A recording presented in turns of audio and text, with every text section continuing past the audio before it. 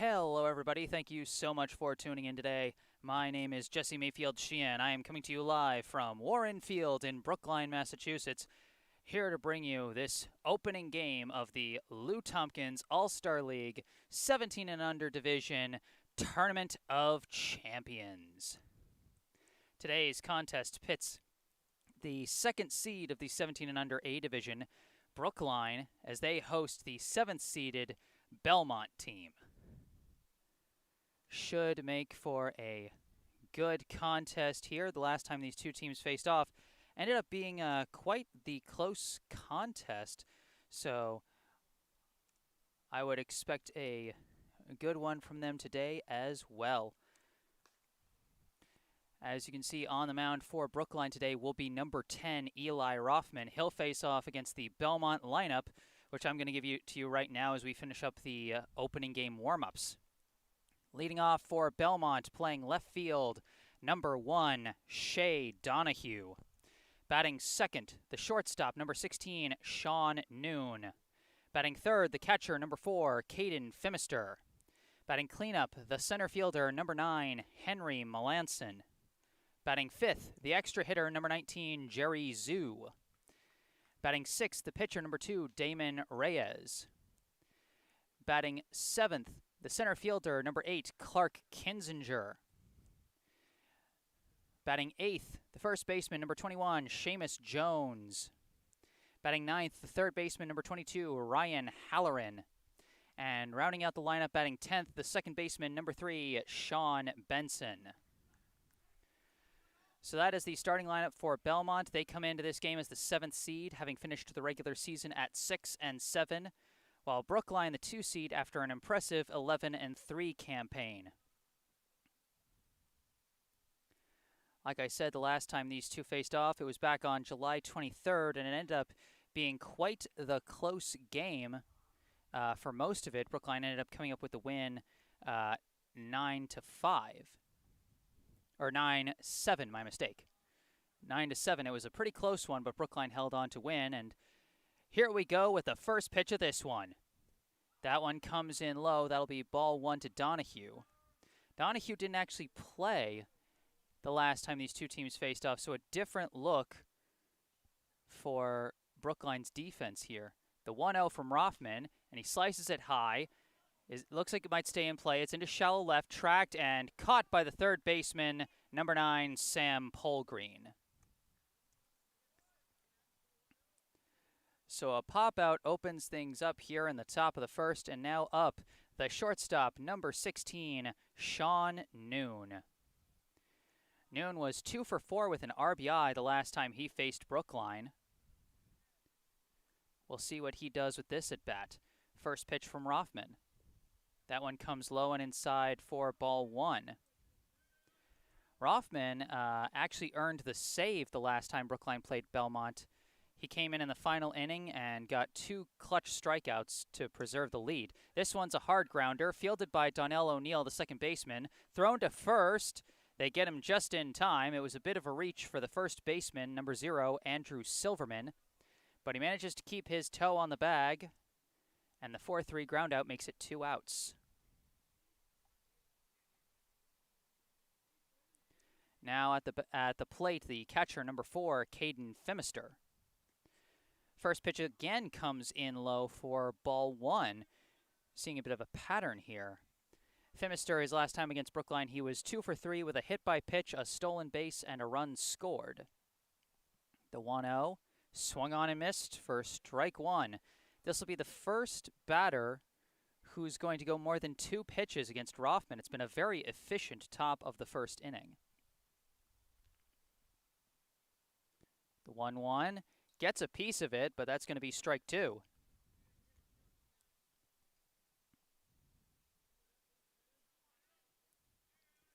Two outs and the base is empty here in the top of the first inning. The 1-2 from Rothman comes in way high. I think that one got away from him. That's going to be ball 2.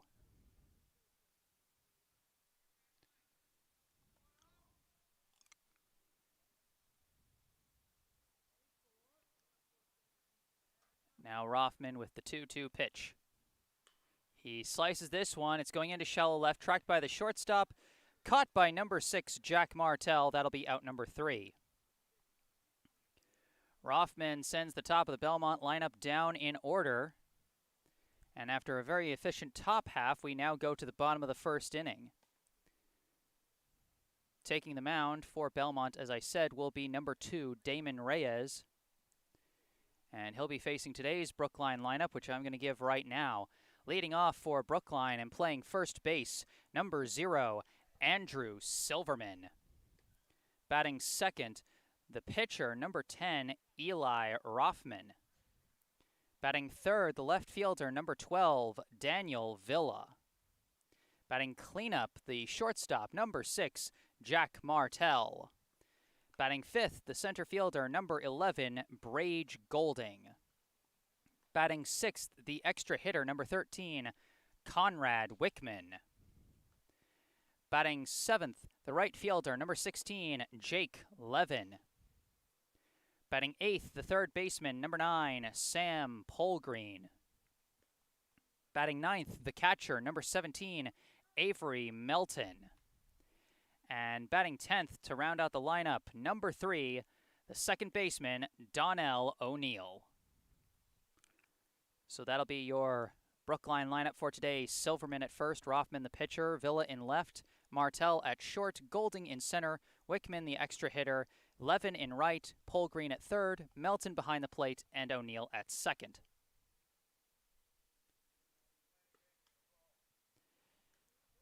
Belmont used 3 different pitchers in their last game against Brookline, but none of them were Damon Reyes, as he played the shortstop position the last time these two teams faced off. So it'll be interesting to see what kind of stuff he brings.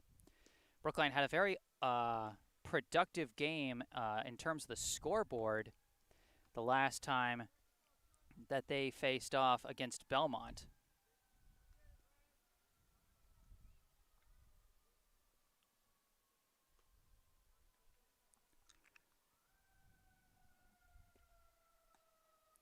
As we can hear some sirens in the distance, a fire truck going by here at Warren Field.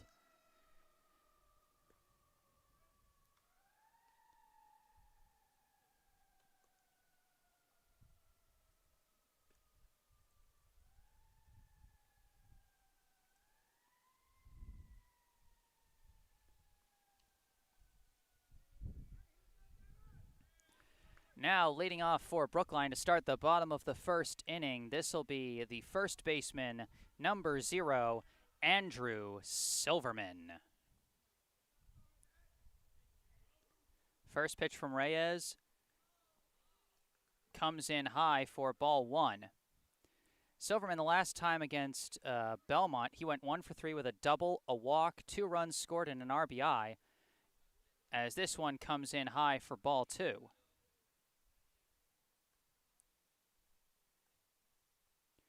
And we got a quick meeting between the ump and the pitcher. I'd never seen something like that before. Maybe they were discussing his hand signals. Because for a second it almost looked like he was calling strikes. He did raise an arm on both calls, but he was raising his arm to say they were high. So a 2-0 count. This pitch is down Broadway. That'll be strike 1. Silverman did not play in Brookline's regular season finale, which turned out to be an 8-1 win over Reading Red, as this pitch is in there for strike 2.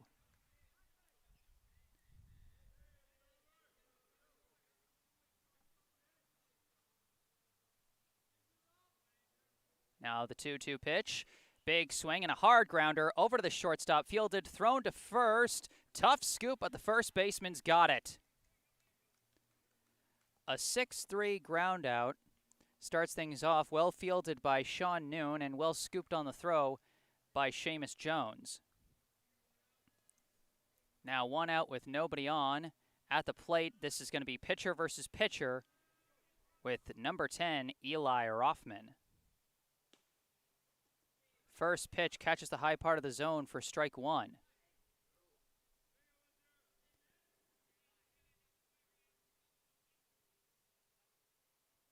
0-1 from Reyes. In there again for strike 2. Last time against Belmont, Rothman was 2 for 3 with a walk and an RBI.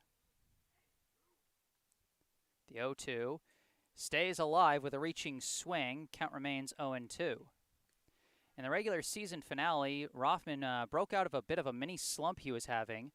He went 2 for 3 with a run scored and 3 RBIs to help catalyze that win over Reading Red. The 0-2 gets contact here, skies it out to center. Center fielder's tracking it, and he's got the grab. Well tracked in the sun by Henry Malanson.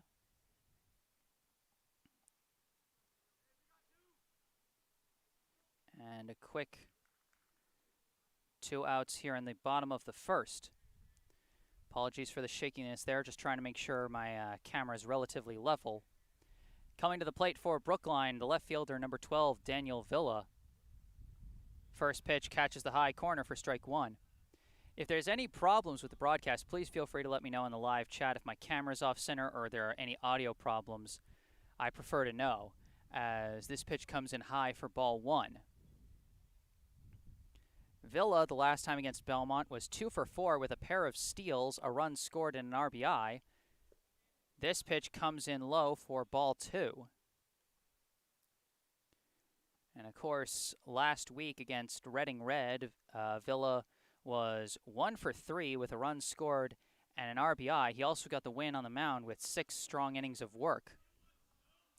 The 2-1, that comes in high for ball 3. 3-1 the count. The pitch. They say he didn't go. I guess I lost track of the count, so I think that's a full count.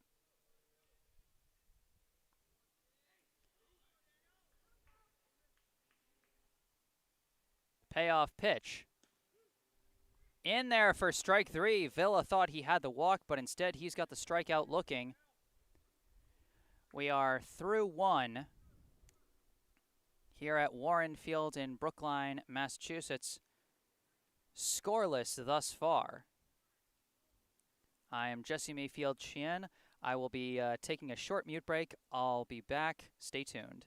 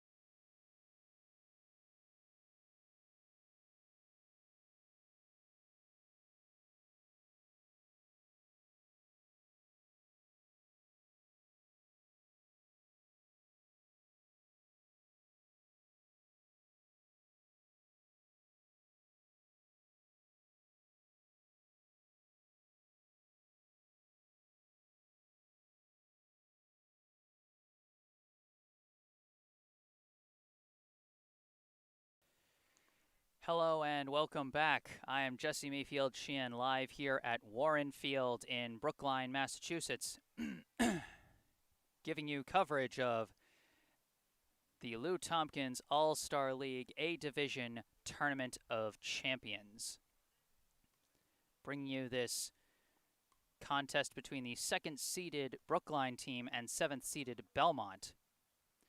We get ready for the top of the second inning of what is thus far a scoreless game. And leading off for Belmont will be the cleanup hitter and center fielder number 9, Henry Malanson.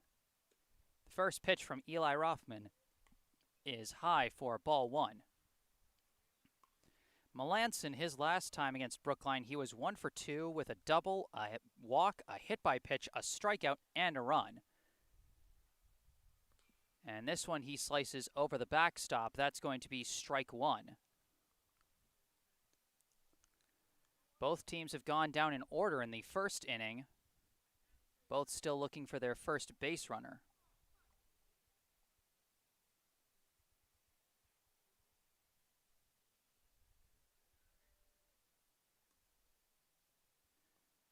This pitch is connected on, sent out to left center. That's not going to be caught. That's going to drop on the outfield grass. Extra bases for Henry Malanson as he sprints for second and decides to hold.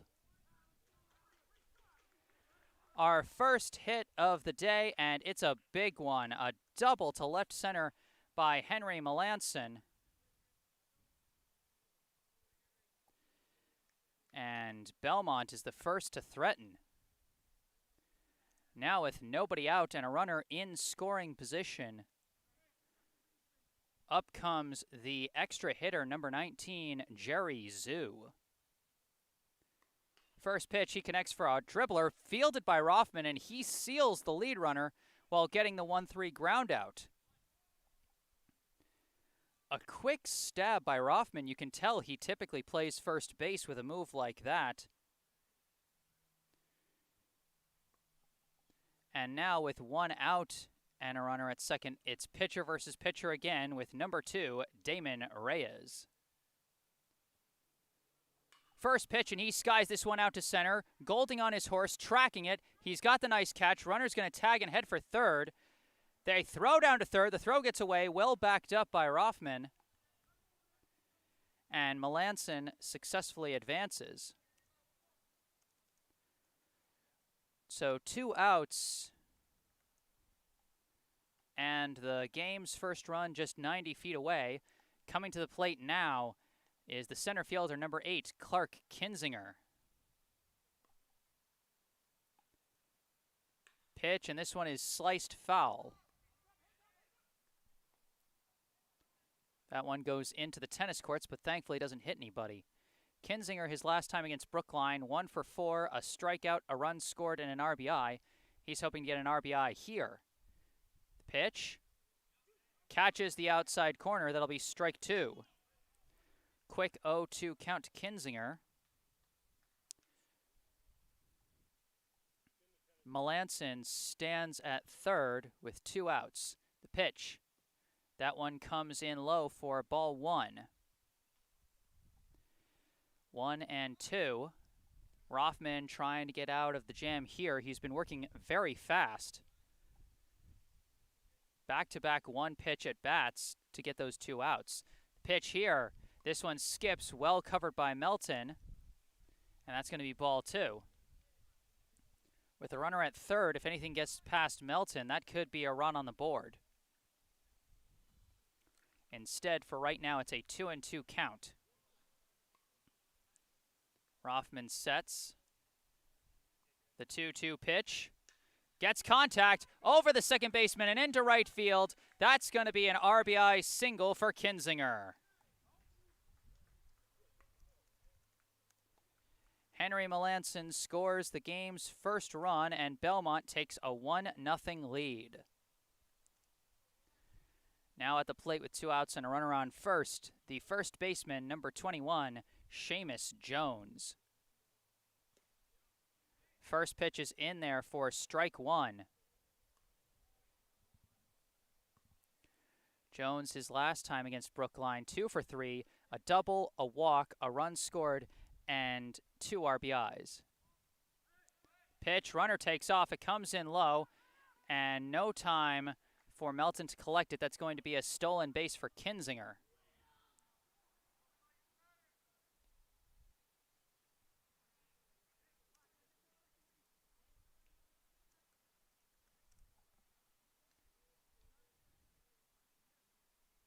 And Rothman almost went for the pickoff throw, but none of his fielders were covering. He had Kenzinger fooled. The problem was he also had his teammates fooled. The 1-1 to Jones. Misses outside. That's going to be ball 2. So once again, 2 outs with a runner in scoring position.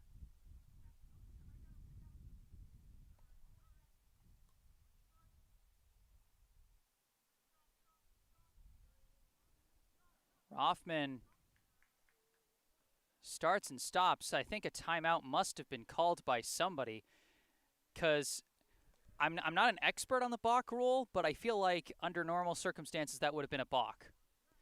The 2-2 comes in high for ball 3. Or no, the 2-1. This is now a 3-1 count.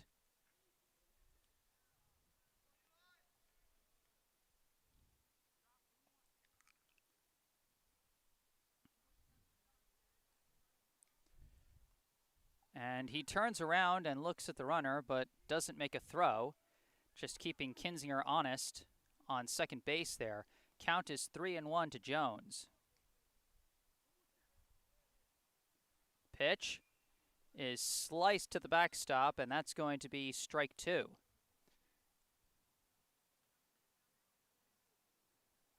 Count is now full.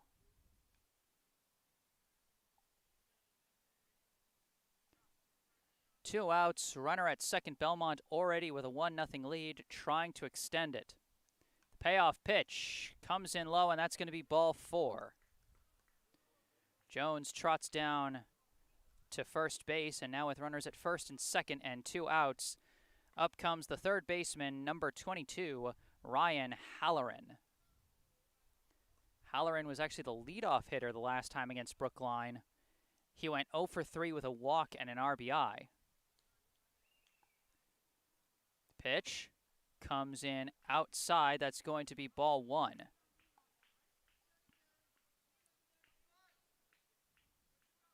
So an RBI hit and a walk in response to 2 outs. Belmont making Rothman earn this inning. He checks the runner at second. The 1-0. Big swing and a miss for Halloran. And that's going to be a 1-1 count.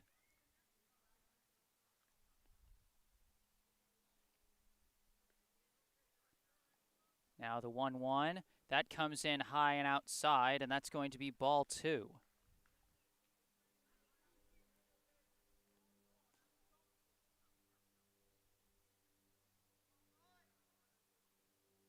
Rothman sets. 2-1 is fouled to the backstop. That's going to be strike 2. The runner is taking off with the clang of the metal bat here with 2 down in the top of the second.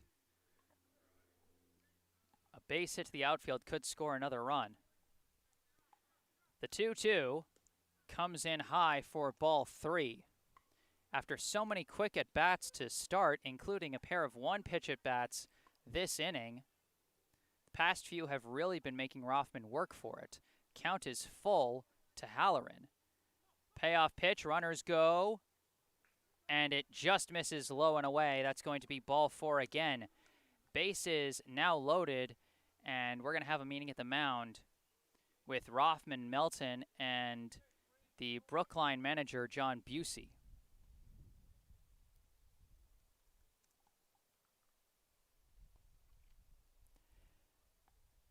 Out of this brief meeting, it'll be the second baseman, number 3, Sean Benson, coming to the plate with the bases loaded and 2 outs.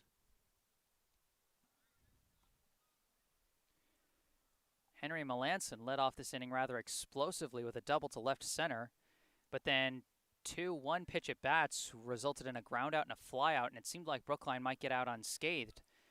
But then an RBI single and back-to-back walks have now resulted in a bases-loaded situation still with 2 outs.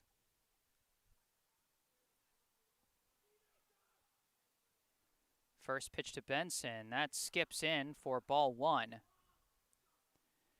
Benson, his last time against Brookline, he was 0 for 1 with a walk, a hit by pitch, and a strikeout. Of course, a free pass here would bring in run number 2 for Belmont. And Rothman has dealt 2 straight so far. This pitch swung on and missed, and that's going to be strike 1. Halloran at first, Jones at second, Kenzinger at third.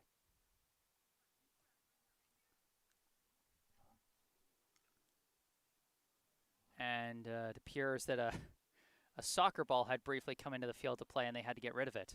This is a public park. Stuff like that will happen from time to time.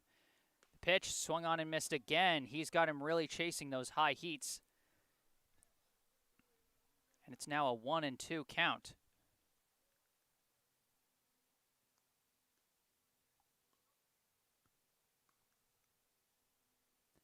The pitch swung on and missed, and that's strike 3. All 3 pitches to practically the same spot, and Benson chased on all of them. So a big strikeout there from Rothman limits the damage. Belmont does take the lead, however, 1-0.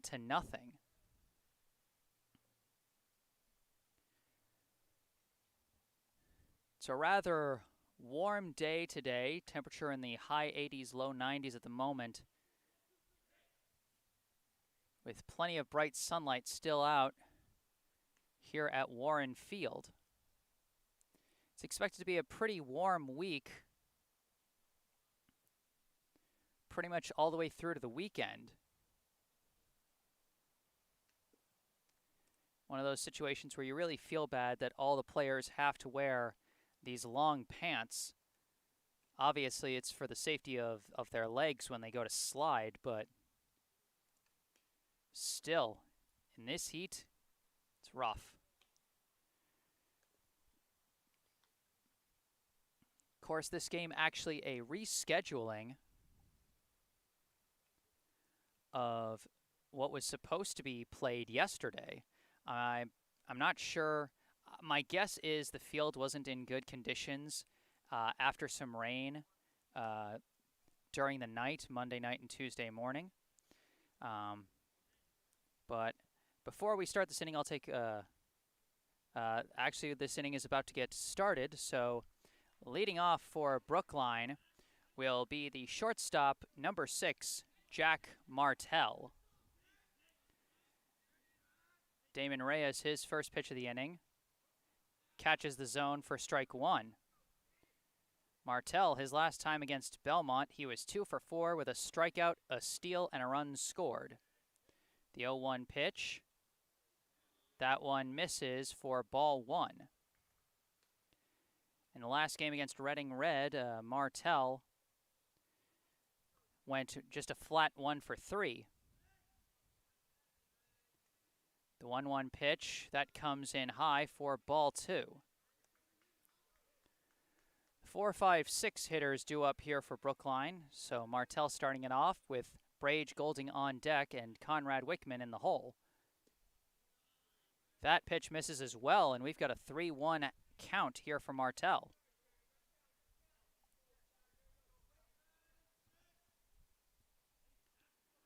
Reyes with the pitch.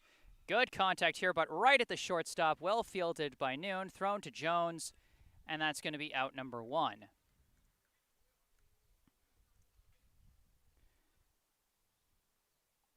Second straight inning that we've led off with a ground out to the shortstop.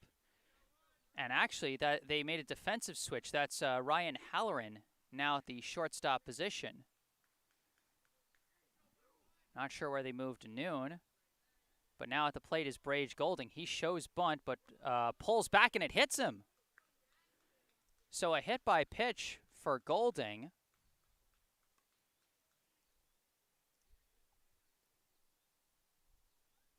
And so now Brookline gets a free base runner, and I don't think they could have asked for a better base runner to get on the paths.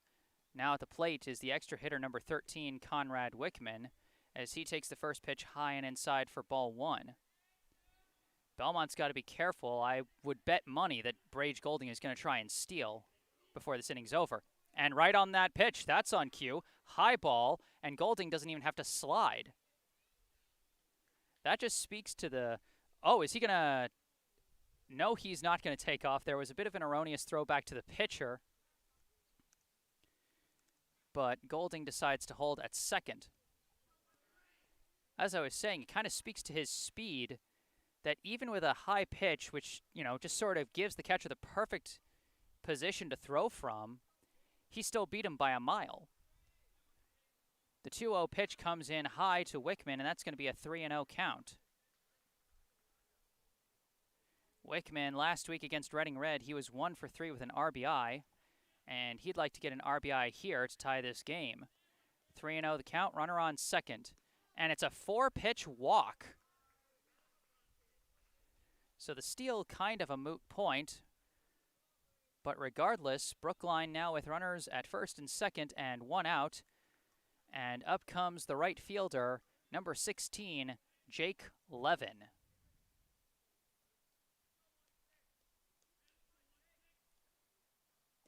Pitch misses for ball 1. Wickman taking a rather aggressive leadoff from first, but it looks like they're not even trying to cover the bag, as they're probably focused on the lead runner. That pitch misses as well, and that's going to be ball 2.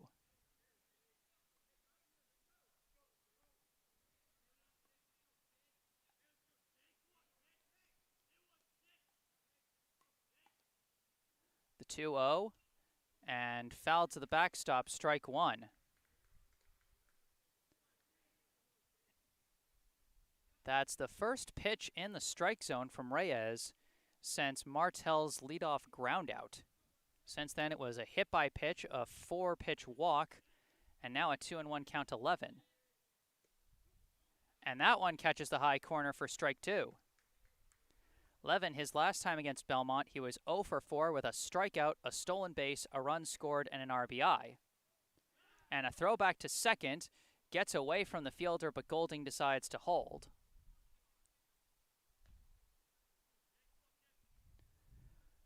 So Levin hoping to get a hit here, his first hit against Belmont it would be. 2-2 comes in high, and that's going to be ball 3. Last week against Reading Red, Levin was a flat 0 for 3. So you know he's hungry for a hit here. He's got a full count, another throwback to second. Golding actually has to slide this time, but he still gets back safely. Full count, 1 out, runners at first and second. The payoff pitch swung and popped up.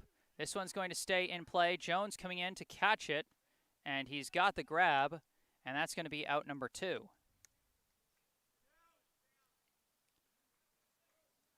Now up with 2 outs and 2 runners on is the third baseman, number 9, Sam Polgreen.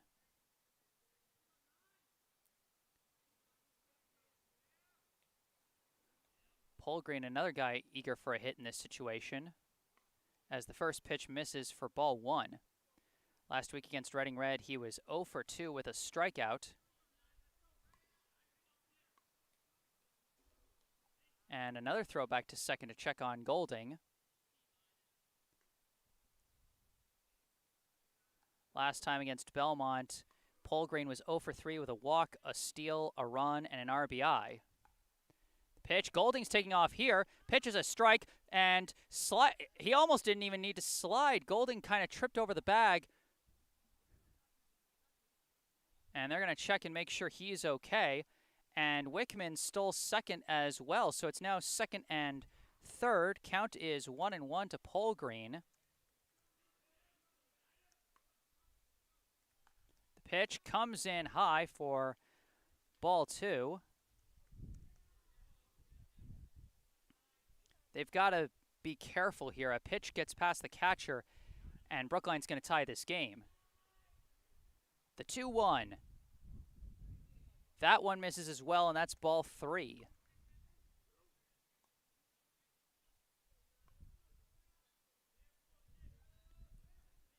The 3-1 pitch comes in high, and that's ball 4. Another free pass, and the bases are now loaded with 2 outs. And up comes the catcher, number 17, Avery Melton. A brief meeting at the mound, as Reyes has had a hard time finding the strike zone these past few batters.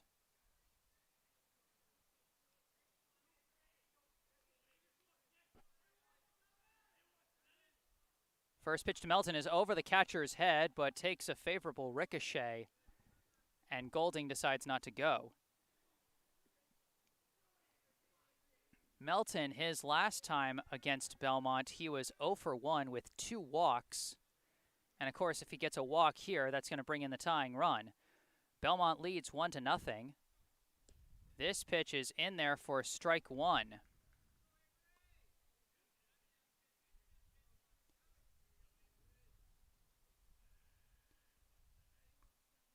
The 1-1 pitch from Reyes just misses, and that's going to be ball 2. Melton was a pinch hitter last week against Reading Red, and he went 0 for 1 in his only plate appearance. This pitch catches the high corner for strike 2. Bases loaded, 2 outs, 2-2 the count to Melton. Belmont leads 1-0 here in the bottom of the second inning. The 2-2 pitch, he reaches out and swings for it. It's a slow dribbler, fielded by the second baseman and thrown to first, and Belmont gets out of the jam. Brookline strands 3 runners and remains trailing. Belmont 1, Brookline 0 through 2 innings. I am Jesse Mayfield-Sheehan, and I'll be back after a short mute break. Stay tuned.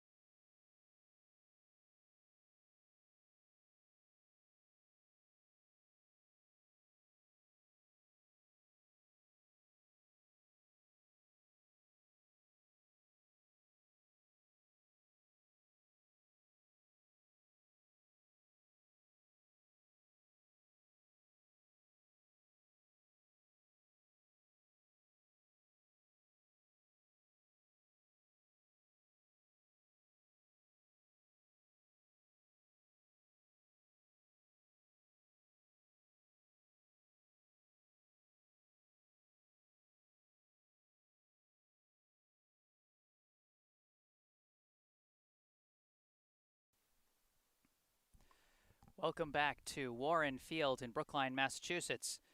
I am Jesse Mayfield-Sheehan, bringing you live coverage of this Lou Tompkins All-Star League A-Division Tournament of Champions. 7th-seeded Belmont holds a 1-0 lead over 2nd-seeded Brookline. They're aiming for the upset win as we now go into the top of the 3rd inning. It's a narrow 1-0 ball game. And Eli Rothman returns to the mound for Brookline for his 3rd inning of work. He'll be facing the top of the order, starting with number 1, Shea Donahue. First pitch in there for strike 1. Donahue, his last time up, he popped out to the 3rd baseman to start the 1st inning. Now the 0-1 pitch, big swing and a miss. That'll be strike 2.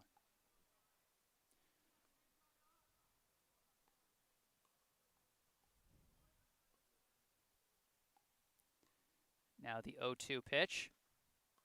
Just misses a bit outside. That'll be ball 1.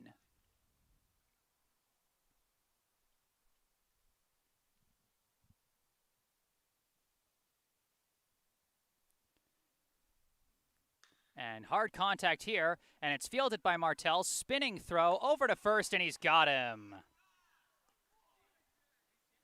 We are seeing some stellar shortstop play from both sides early in this one. Sean Noon made a nice play in the 1st inning. Ryan Halloran, a nice play in the 2nd. And now Martel making the nice play there. And we've actually got a different hitter from Sean Noon this time, as he hits a grounder off the first pitch taken by Silverman, the first baseman. The toss to Rothman at first for out number 2. Excuse me. So that was number 5, Theo Martin.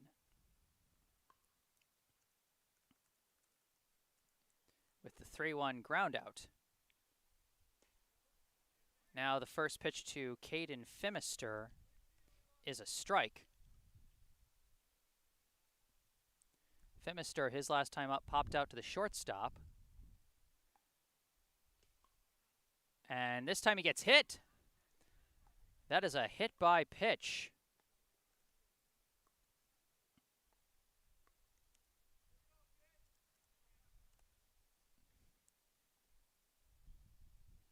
So now a runner at first with 2 outs, and up comes the man who started last inning's rally.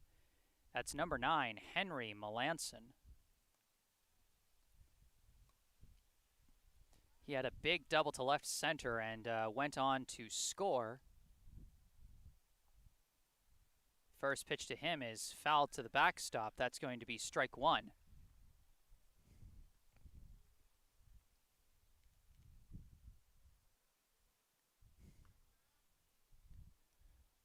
0-1, the count to Malanson. And a throwback to first, and oh, they got him. They got him good, and the tag is applied by Silverman.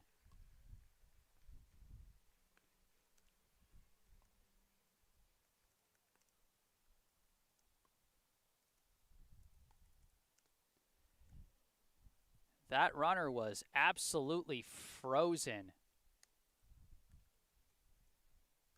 That's one of the things you got to watch out for. Rothman may be a right-handed hurler, but he's got a sneaky pickoff move. I've seen him make a couple of nice pickoffs this season. You got to watch out for that guy.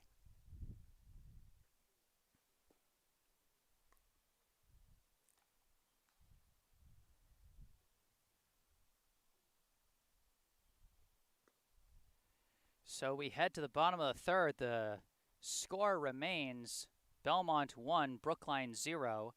Damon Reyes back out on the mound.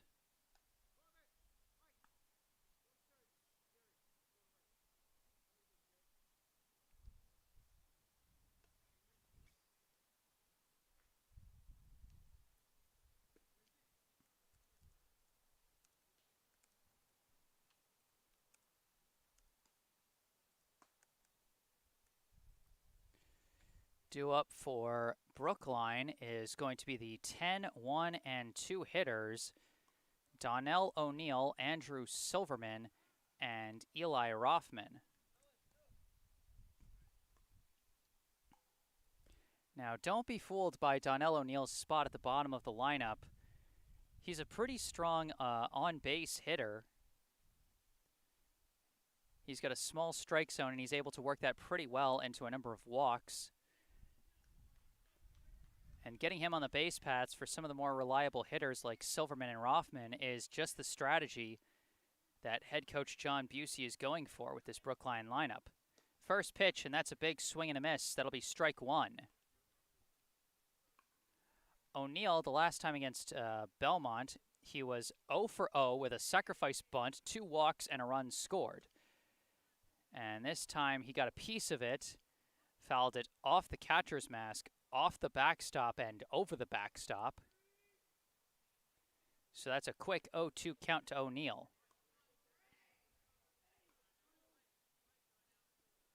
The 0-2 pitch. He gets contact and stays alive. Count remains 0-2.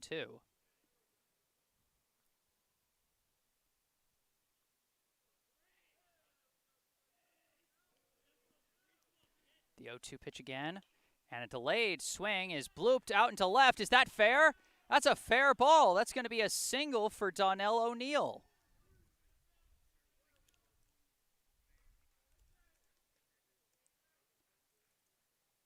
A bloop single to shallow left on what was basically a delayed swing. He thought about checking his swing, but then just decided to reach out for it and stay alive, and got a lucky placement there. First pitch to Andrew Silverman is fouled to the backstop. That'll be strike 1. His last time up, Silverman got some good contact, but it was right to the shortstop. So he is 0 for 1. O'Neill leads off from first. Reyes, the 0-1 pitch. And they say he went on that one. That's going to be an 0-2 count.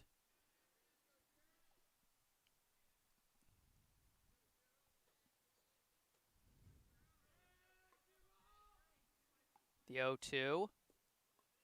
Dips in low, a throw down to first, and O'Neill casually jogs back to first, and he's safe. 1-2, the count to Silverman. No outs, a runner at first here in the bottom of the third inning. Belmont leading 1-0. The 1-2 pitch. In there for strike 3. Silverman didn't like that call. He thought it was high. But that's going to be the first out of the inning. Now up is the pitcher, number 10, Eli Rothman. First pitch, and he slices it high. This is going to stay in the infield, and it's going to be tracked by the second baseman. So 2 quick outs here.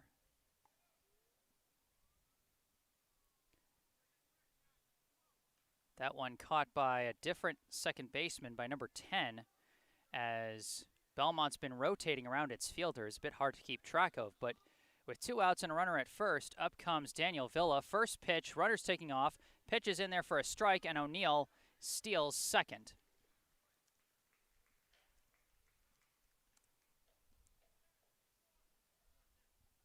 So now a runner in scoring position with 2 down.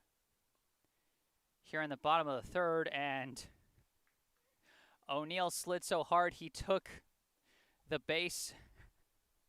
He took the base out. He took it out of the little hole that they put it in. I've seen this happen before. Unfortunately, this is kind of a problem they've been having with the second base bag throughout this season here at Warren Field.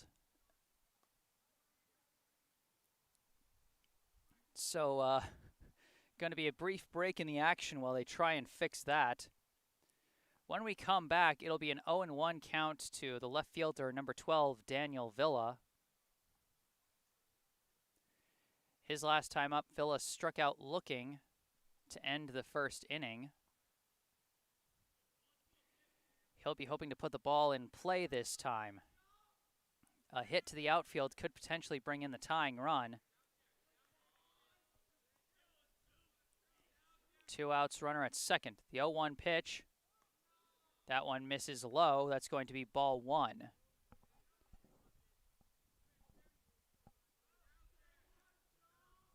Reyes checks on O'Neill at second. The 1-1 pitch. That skips in the dirt. That's going to be ball 2.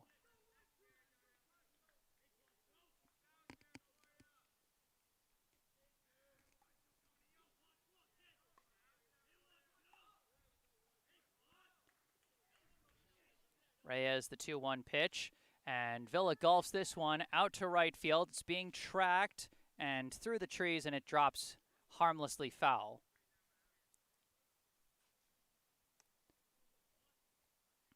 Two and two the count, and Reyes has been getting the Brookline hitters to swing under a number of pitches for pop-outs and flyouts so far. Now the 2-2, that one comes in low, and that's going to be ball 3. For the second at-bat in a row, Villa faces a full count. Last time, that ended with a looking strikeout. We'll see what Reyes does with the payoff pitch this time. And it's a hard grounder, and it's juggled by the third baseman. O'Neill is heading for third, and he comes in safely. That's going to be a hard infield single for Daniel Villa. Runners now at the corners with 2 outs, and up comes the shortstop, number 6, Jack Martel. A prime chance for a double steal attempt by Brookline. We'll see what they decide to do, as they immediately throw back to first to check on Villa. Villa stands at first, O'Neill at third, Martel at the plate. The pitch in there for strike 1. Martel, his last time up, he led off the bottom of the second with good contact, but again, right at the shortstop for a ground out. Hoping to get a hit here and tie this ball game. The pitch. Here's some hard contact, but right at the second baseman, and they tag second for the fielder's choice. And so Brookline strands runners again.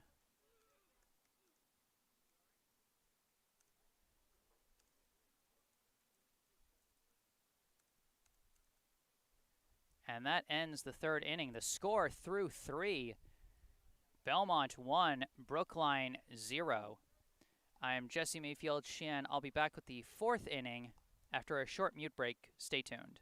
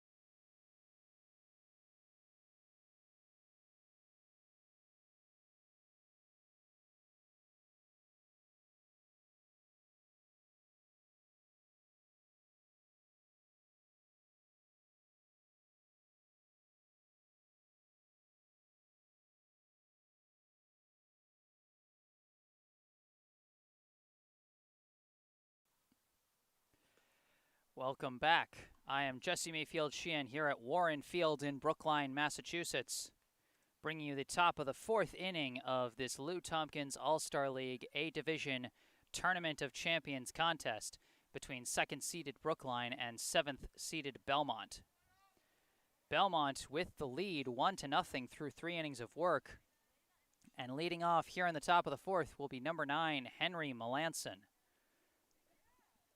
First pitch comes in, and he did not swing as it came in the dirt. That's going to be ball 1. 1-0 the count. This pitch he gets a piece of for a foul ball. That'll be strike 1. Of course, Malanson was at the plate when the third inning ended, but it ended with a pickoff at first base. So he gets to come and finish his at-bat.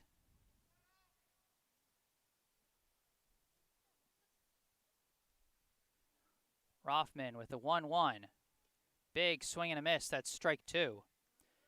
Malanson's got a dangerous swing, as we saw with his last at-bat. He led off the second inning with a double to left center and later came in to score what is thus far the game's only run.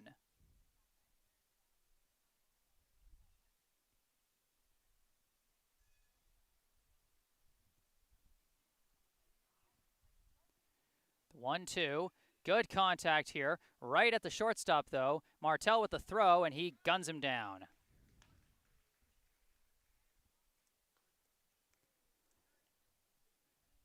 One down here in the top of the fourth. Coming up now is number 19, Jerry Zhu. Zhu, his last time up, swung on the first pitch and grounded out back to Rothman. This time he takes the first pitch high for ball 1. His last time against Brookline, Zhu was 2 for 4 with a double, a strikeout, and a run scored. This pitch catches the outside corner. That'll be strike 1. A 1-1 count.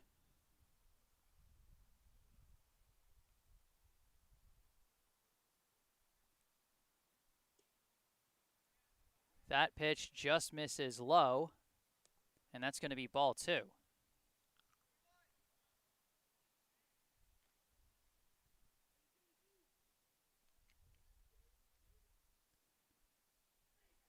Rothman winds and delivers. That one misses outside. That's going to be ball 3.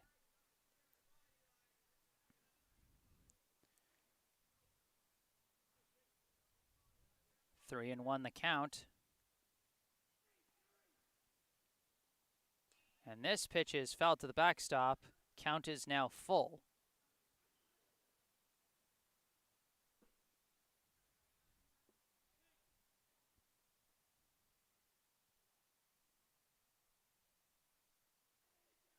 The payoff pitch. And another delayed swing is sliced over the backstop, and Zoo stays alive. Rothman appears to be hitting the zone now.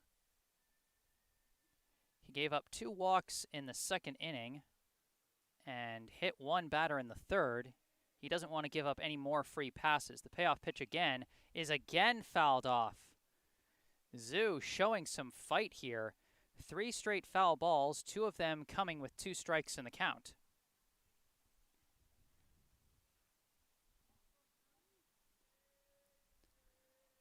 Payoff pitch.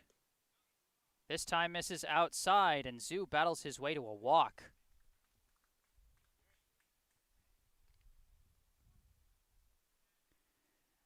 Now 1 out and a runner on first, and up comes the pitcher, number 2, Damon Reyes.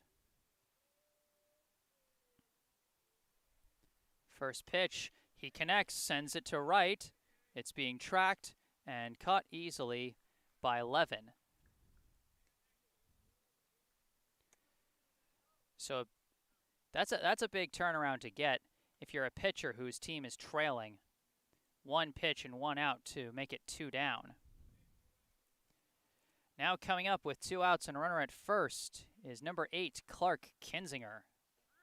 Runner taking off on the first pitch, but Kenzinger gets a piece of it, and the runner's going to have to go back. Kenzinger, the only RBI today, as he got a single to right his last time up that brought in Malanson from third. He's hoping to do more damage with this at bat and make it a slightly less precarious lead, as this pitch comes in high for ball 1. Zoo leading off from first.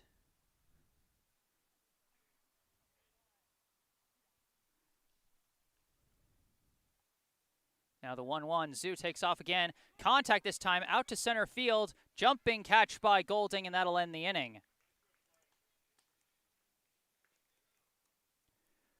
Good contact, just not good placement. And Belmont cannot add to their lead. The score remains Belmont 1, Brookline 0. Brookline trying to get that elusive first run. Over the past 2 innings, they have stranded 5 runners, including 3 in scoring position. Just can't seem to get that timely hit to bring someone in. Due up for them this inning will be Brage Golding, Conrad Wickman, and Jake Levin. Damon Reyes returns back to the hill for his 4th inning of work. He's got 3 shutout innings to his name. If he gets 1 more inning here, then he'll officially be on the hook for the win if results do not change. Starting pitcher's got to get 4 innings pitched before he's eligible for a win on the stat sheet. And of course, even in that scenario, he has to finish his outing with the lead, and the lead cannot change for the rest of the game. This has been your dictionary definition reading of the baseball stat of wins.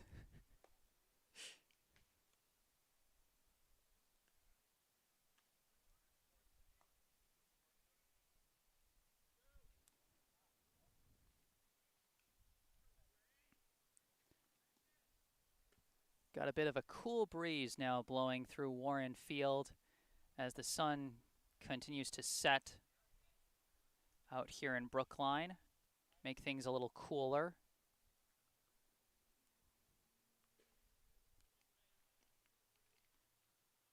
Five, six, seven hitters will be coming up for Brookline this inning, and they're going to start with the center fielder, number 11, Brage Golding. First pitch from Reyes. That one misses low and inside for ball one. He's got to be careful not to go too far inside. The last time Golding was hit by a pitch, and he advanced all the way to third before getting stranded. The 1-0, and that one's fouled to the backstop. That's going to be strike one.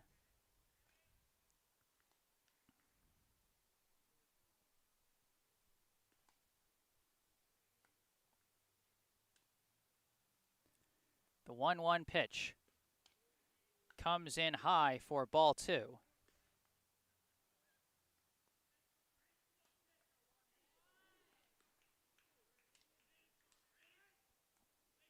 Two one, gets contact here. It's a grounder, tracked down by the second baseman, thrown to first for the out. Good work there by Belmont's number 10, who unfortunately was not in the starting roster. I'm not entirely sure who it is. But either way, a nice play there. Now coming to the plate, the extra hitter, number 13, Conrad Wickman. First pitch is high for a ball.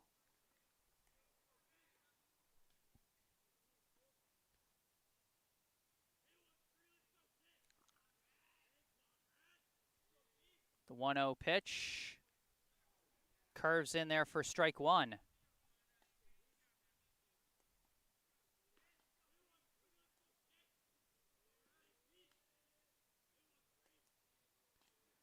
One and one, high and inside. That's going to be ball two. Wickman, his last time up, he drew a 4-pitch walk and advanced to second, but was left stranded. This pitch is high and inside again for ball three. 3-1, and Wickman is on the doorstep of another free pass to first.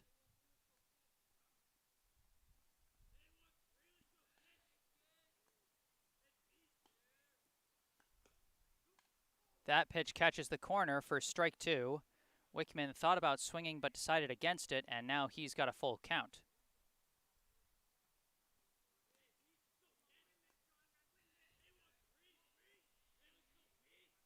Payoff pitch, big swing and a miss, and that's going to be strike three.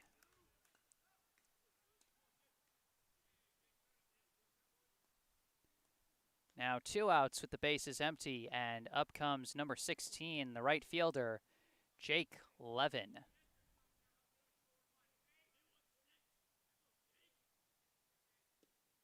First pitch in there for strike one. Levin, his last time up, he popped out to first.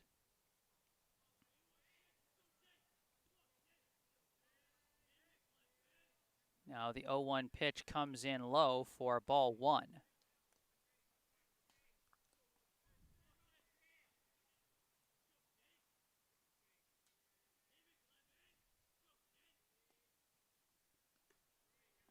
This pitch comes in high for ball two.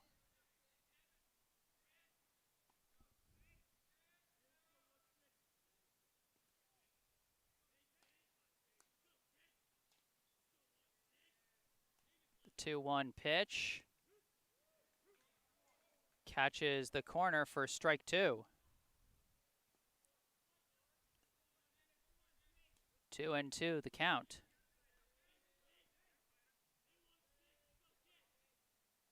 Big swing and a miss, and that's going to be strike three.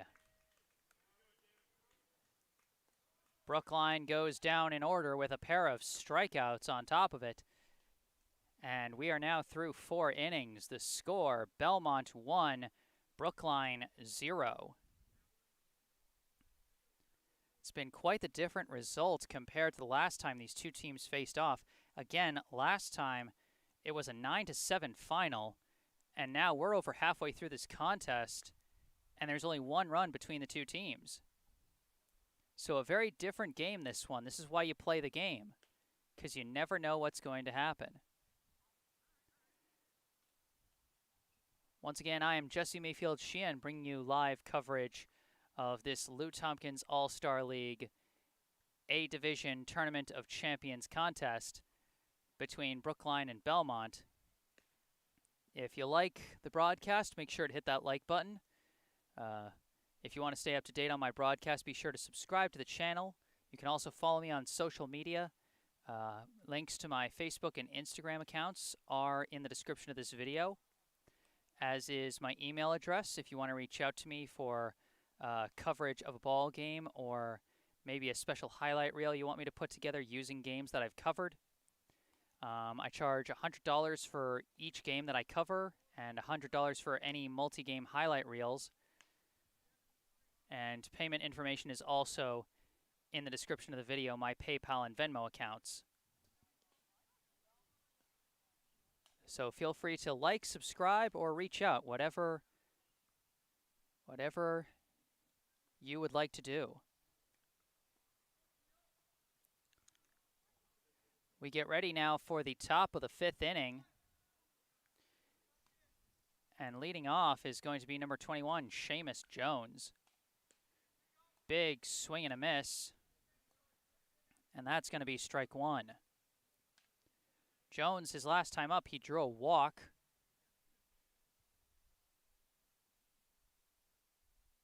Now at the 1-0-1, he hits a slow dribbler down the third base line and it rolls foul.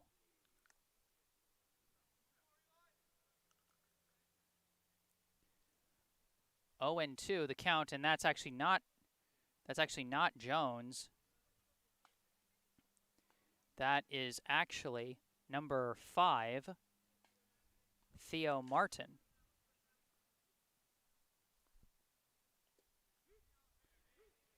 And that's strike 3.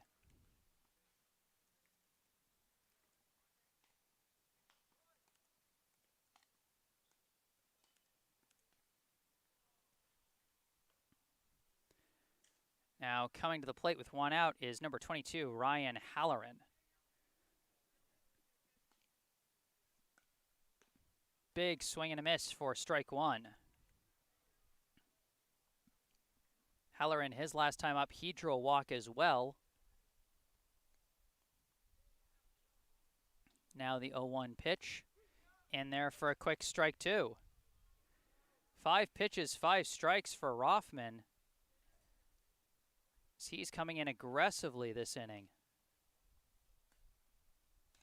The 0-2. This one is chopped high, being tracked by O'Neill on the edge of the dirt, and he gets it. 6 pitches, 6 strikes, and 2 outs. And now coming to the plate, due up normally would be number 3, Sean Benson. But I think we've got a different hitter. I think this is number 10. I'm not entirely sure.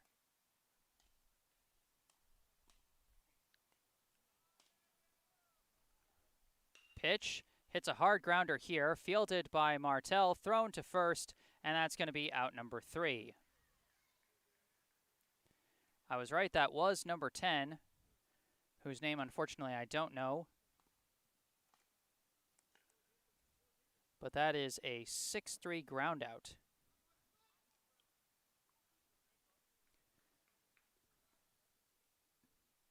Score remains Belmont 1, Brookline 0.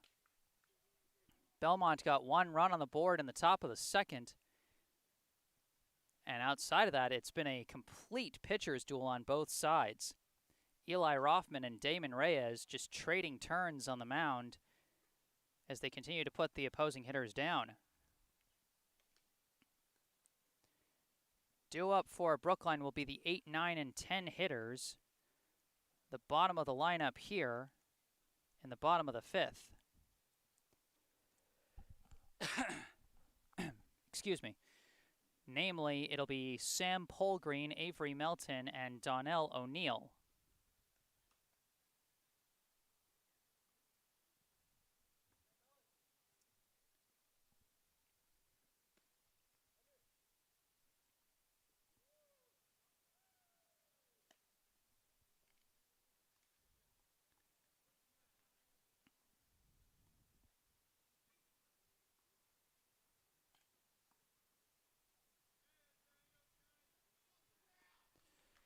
So now coming up, the third baseman, number 9, Sam Polgreen. First pitch catches the corner for strike 1. Polgreen, his last time up, he drew a walk to load the bases with 2 outs, but was ultimately stranded at first. Pitch here comes in high, and that's going to be ball 1.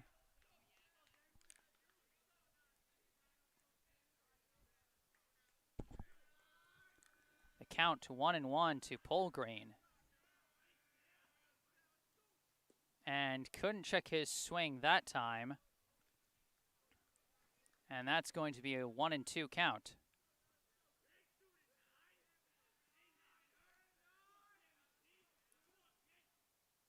Gets contact here. It's a grounder, diving snag by the third baseman. Stands up and throws, but the throw misses, and Polgreen is going to head off for second. So Brookline gets a break there. Would have been a close play at first, but it seemed like he would have gotten him.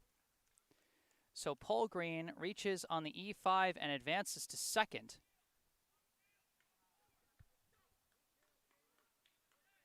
And we've got a pinch hitter for Brookline. Hitting in place of Avery Melton will be number 21, Justin Liu.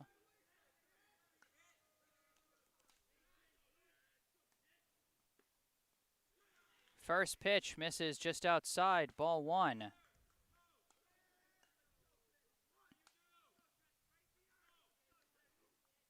Now this pitch and gets a piece of it, and that's going to be strike 1. Liu has made a few sparse appearances here and there throughout the season. He's been effective in the few spots we've seen him, and he's got a chance to tie the game here with a runner in scoring position. This pitch he skies out to left, the left fielder coming in, and he's got the catch for out number 1.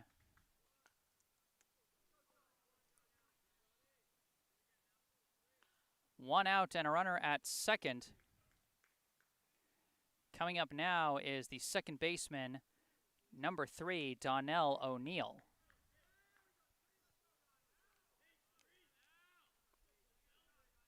He shows bunt, and he slices the bunt into the backstop. That's going to be strike 1. Brookline aiming to put a runner on third with 2 down.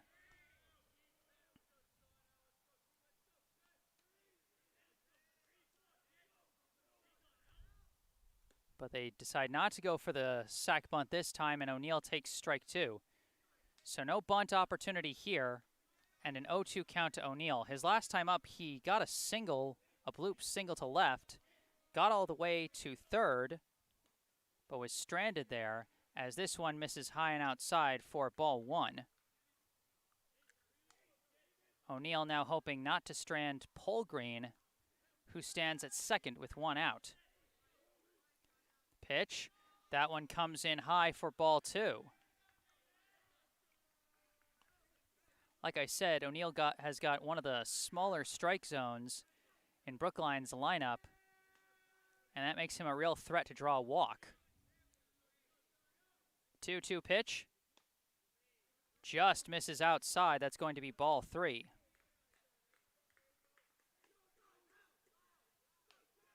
So a full count from 0-2 to a full count for O'Neill.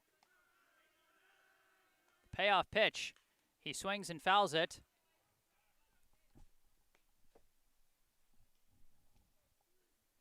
He fouls it in my direction, but thankfully didn't hit anything.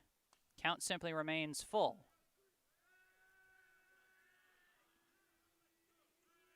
Another payoff pitch. He swings, slices it high into right.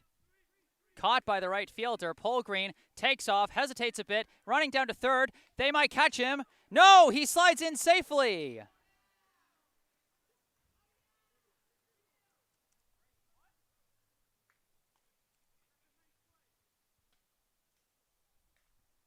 It seemed like that hesitation on the base paths was about to cost Polgreen and cost Brookline the end of their inning. Instead, he just manages to slide under the tag after a high throw to third. And now, with 2 outs and a runner on third, this is Andrew Silverman, who takes the first pitch high for ball 1. Silverman still looking for his first hit of the day. He's 0 for 2 with a ground out and a strikeout. Pitch. That one comes in low. 2-0 is the count. Sam Polgreen, the potential tying run at third base. Brookline has already stranded 5 runners on the base paths today, including 3 in scoring position and 2 on third base. The pitch, he's got contact, that's into the outfield. This game is going to be tied. Andrew Silverman gives Brookline what they need. He drives in Sam Polgreen, and the score is all knotted at 1.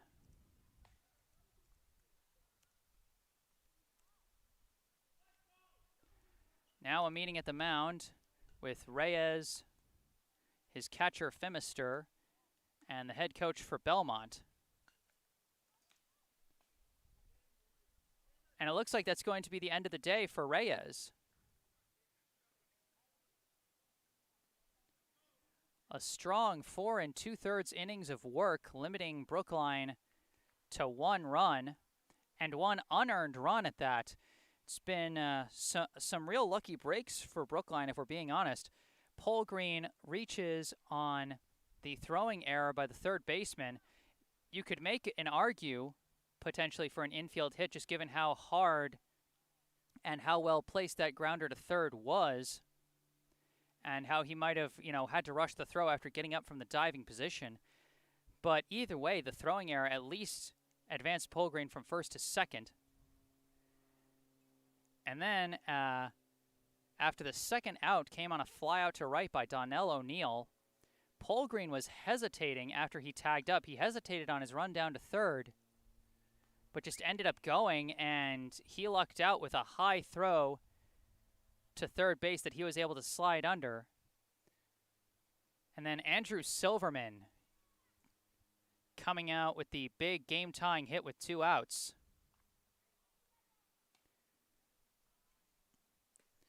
Taking over on the mound for Belmont will be number 21, Seamus Jones.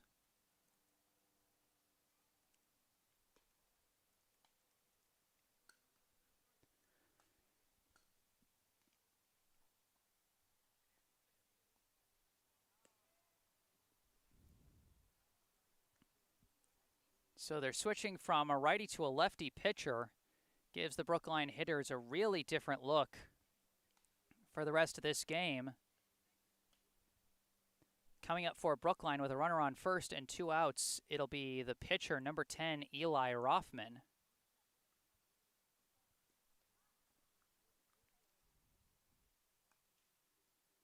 It'll be a no decision for Reyes after 4 2/3 innings of work and 1 unearned run allowed.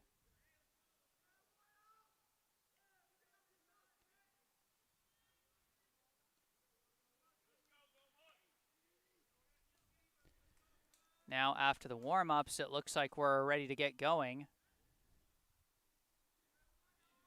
Stepping to the plate is Eli Rothman. Silverman dancing off the bags already. First pitch comes in low for ball 1. Rothman, his last time up, he popped out to the second baseman. He's 0 for 2 with a fly out to center and a pop out into the infield. The 1-0 comes in low for ball 2. Silverman trying to get in Jones's head on first base as he leads off from first. And he takes off on this pitch, swing and a miss by Rothman. The throw down to second, Silverman slides in safely.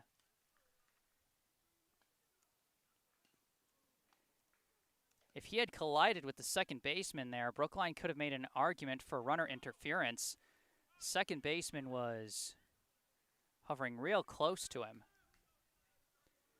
2-1 will be the count. Runner on second, 2 down. Pitch. Catches the inside corner for strike 2. The go-ahead run for Brookline on second base with 2 outs here in the bottom of the 5th. Jones checks the runner a couple of times. The 2-2 pitch, swung on and missed, and that ends the inning. A big strikeout for Seamus Jones to start his relief outing. The 5th inning ends, but not before Brookline is able to tie this ball game.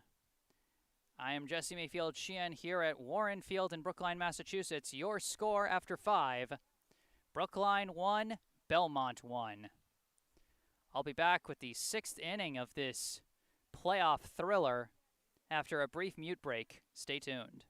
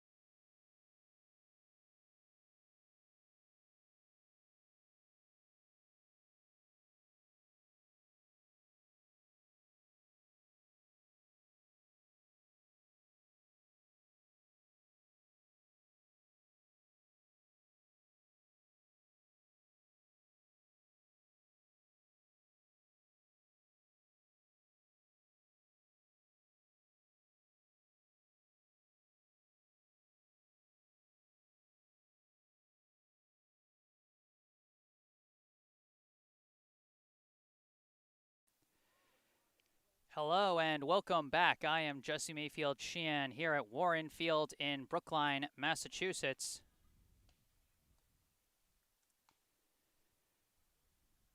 Here giving you the top of the 6th inning of this Lou Tompkins All-Star League A-Division Tournament of Champions game. First pitch to Belmont's Sean Noon is fouled off for strike 1 from Eli Rothman.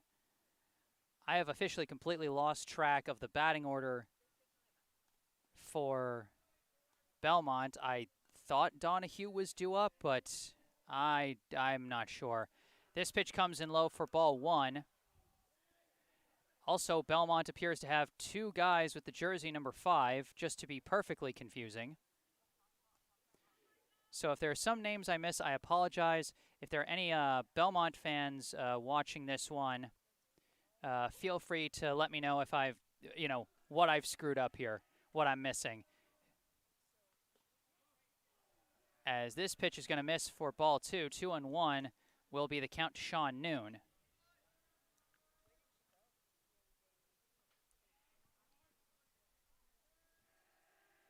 The 2-1 pitch. That one also misses. It'll be 3-1.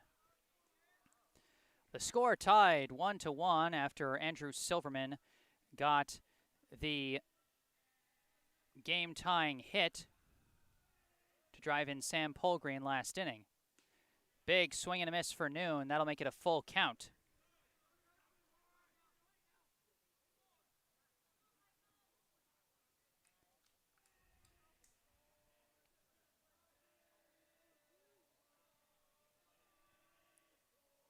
Payoff pitch.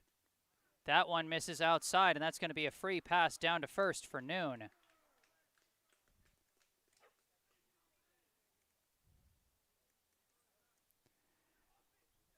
We're going to have a meeting at the mound, and this might be the end of the day for Rothman. And it's looking that way. After a leadoff walk, Brookline is going to go to the bullpen. Rothman finishes with 5+ innings on the mound, 1 earned run allowed, and on the hill now for Brookline is going to be number 6, Jack Martel.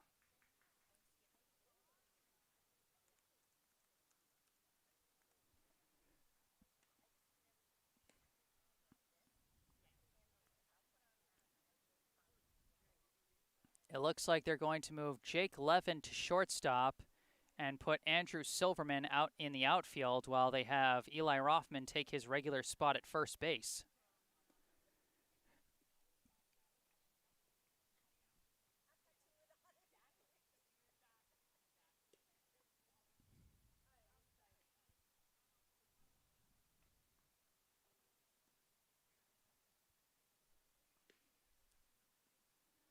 Martel has been, at times, he looks like the Brookline's best pitcher. He's had some really good games. He's had some less than good games. But coming in for relief in a game like this is not easy.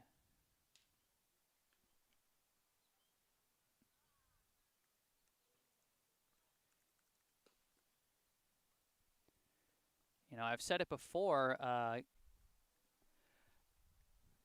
You know, if that's the only disconnection we have all day, then that was perfect. Right in the middle of the relief pitcher's warm-up.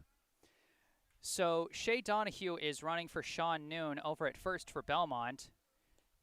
As the first pitch comes in low for ball 1 to one of Belmont's 2 number 5s, one of whom is Theo Martin. Again, if there are any Belmont fans watching this, as a hard grounder is hit over to O'Neill, over to second to 1, on to first, 4-6-3 for the double play.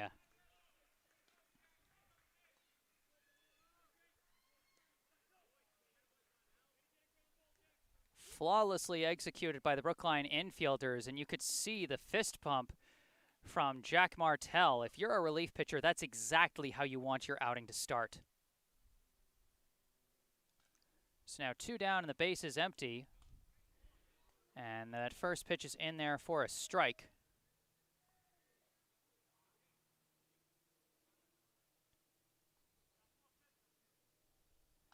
At the plate now is Caden Phimister.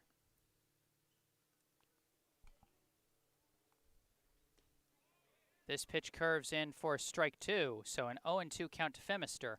So I think Sean Noon took Donahue's spot in the lineup as this grounder goes foul down the third base line.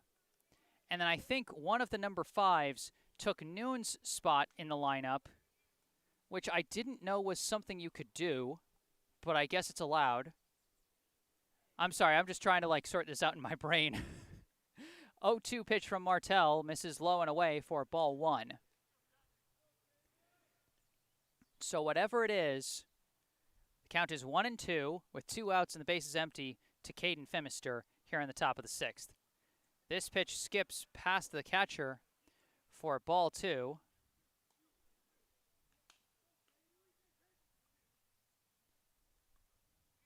2-2 the count.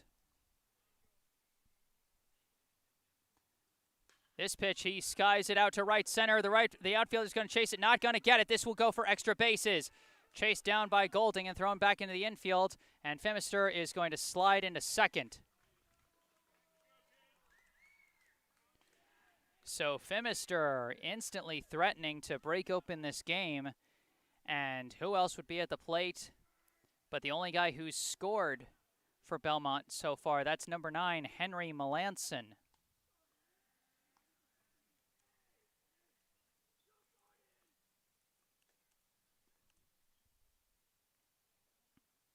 Malanson, of course, had that big double back in the second inning and later came in to score. Pitch misses low and away. That's going to be ball 1.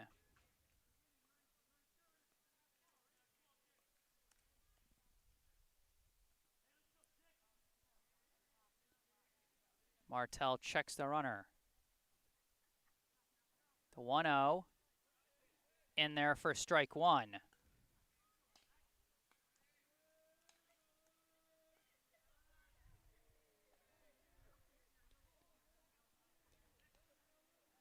The 1-1 almost hits him, but he dodges out of the way. That's going to be ball 2. Like I said, maintaining your control and your composure when you're coming in at this level can be really tough. We'll see how Martel handles these next few pitches. The 2-1, that comes in low for ball 3. Caden Phimister stands at second, 2 down here in the top of the 6th. Tie ball game, 1-1. Throw back to Snow. He just steps off the rubber. Just trying to keep Phimister honest.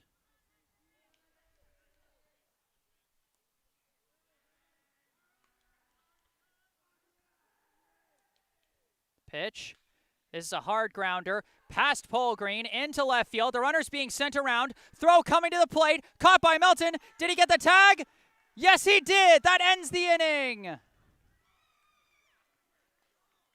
A tie-preserving throw from left field by Daniel Villa. Avery Melton comes out to apply the tag after catching the throw back in. And Brookline manages to preserve the tie going into the bottom of the 6th.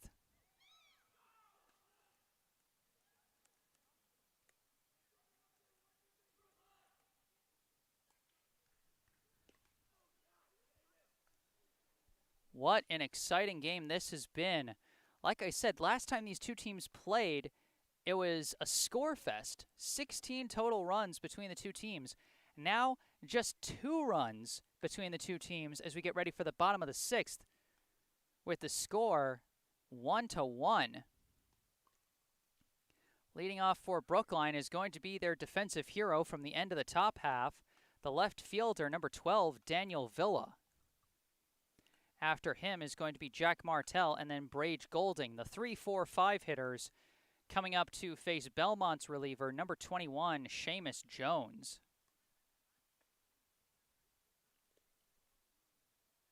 The pressure is all on the relief pitchers, Jones and Martel. Both of them coming in to preserve the tie long enough for their teammates to score the go-ahead run.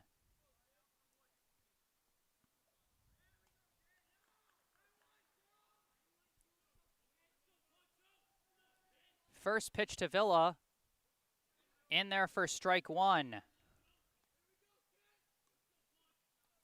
Villa, his last time up, he got an infield single to third. As this one comes in high for ball 1. Villa is 1 for 2 today with that single and a strikeout. This pitch, he slices it high. That's going to stay in play, and it's being called for by Malanson at first. He's got it, and that's out number 1.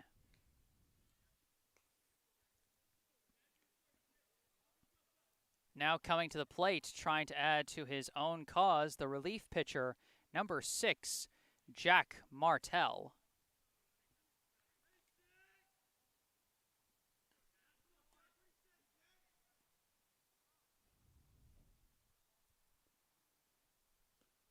First pitch catches the inside corner for strike 1.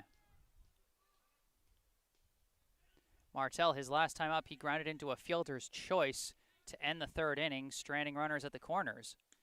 Big cut there, and that's going to be strike 2.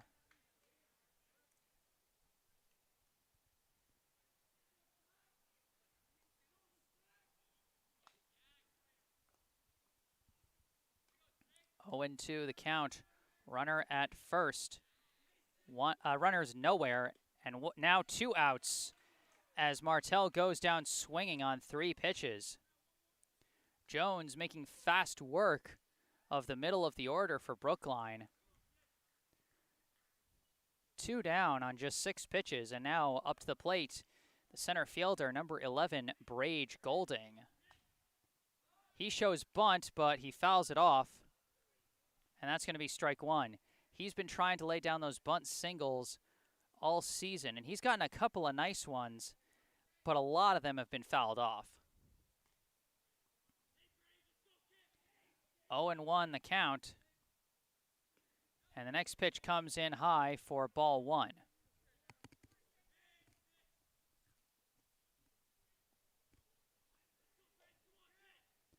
The 1-1 pitch.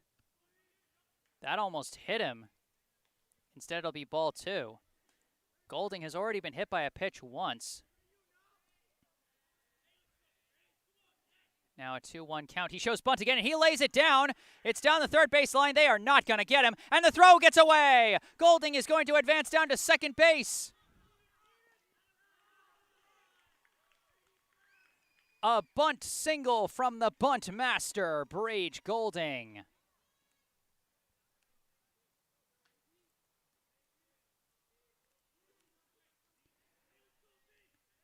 You know, somebody really should have warned the Belmont fielders there. You don't throw on Brage Golding.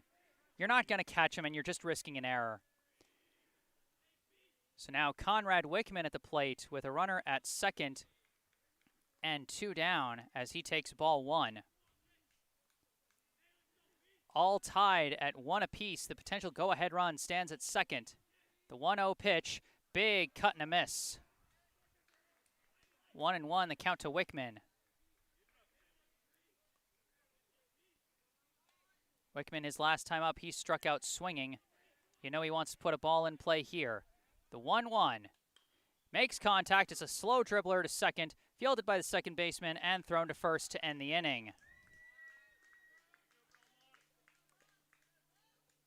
So Brookline threatens late in the 6th inning, but nothing doing. We remain tied at 1 apiece. We are going into the final inning of regulation, and if nobody scores, or if the two teams score the same amount of runs this inning, we're going to extras. You know, you got to give some real credit to Belmont here. You know, a team coming into the playoffs after a losing record in the regular season, you're up against the team that had the second best record in the division, and you're giving them a fight, a real fight. 1-1 the score. And Brookline has never led this entire game. You know, credit to the Belmont pitchers and defense. You know, Brookline, not the most explosive offensive team, but they're very crafty in how they score, and they haven't had the timely hitting they've needed. They've gotten runners on base, but Belmont has stayed cool and gotten out of the jam every time. Almost every time.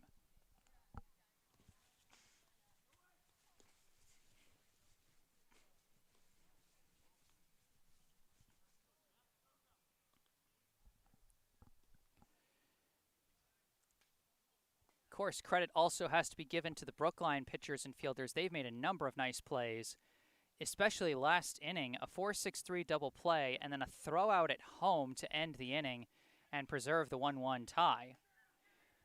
Jack Martel returns to the mound for a second inning of relief and gets strike 1 against the leadoff hitter, number 19, Jerry Zhu. Next pitch, it's a grounder. Left side, fielded by the shortstop. Levin throws to first, and that's out number 1.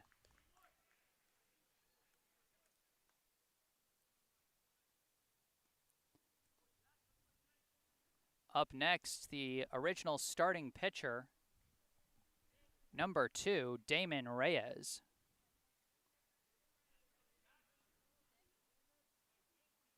Pitch, another grounder. This one right back to Martel. He underhands it to first, and that's going to be out number 2.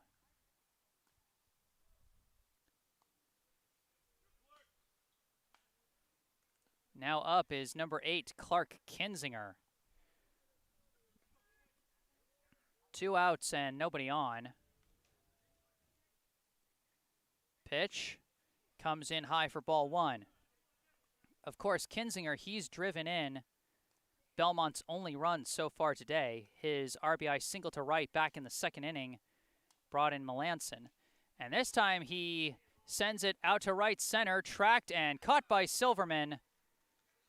Good wheels out there in the outfield, and that ends the top of the 7th. 1, 2, 3.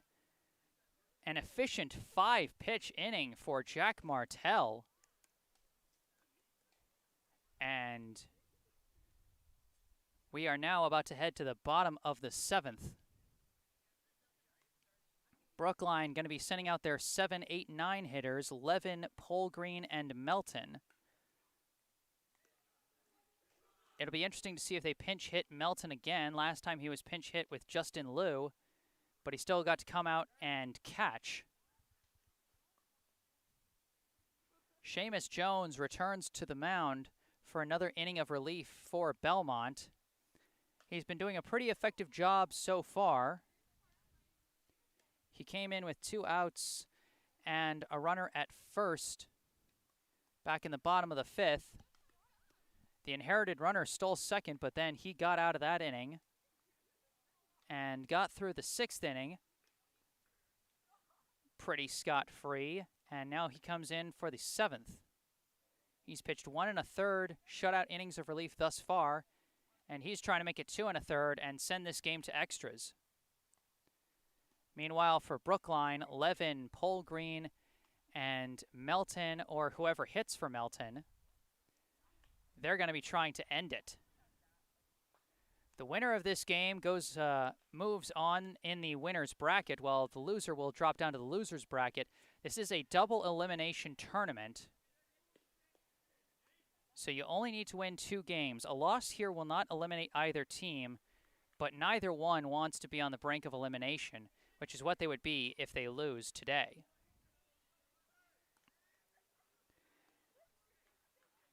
Leading off for Brookline, number 16, Jake Levin. Big swing and a miss at the first pitch. 0-1 now the count.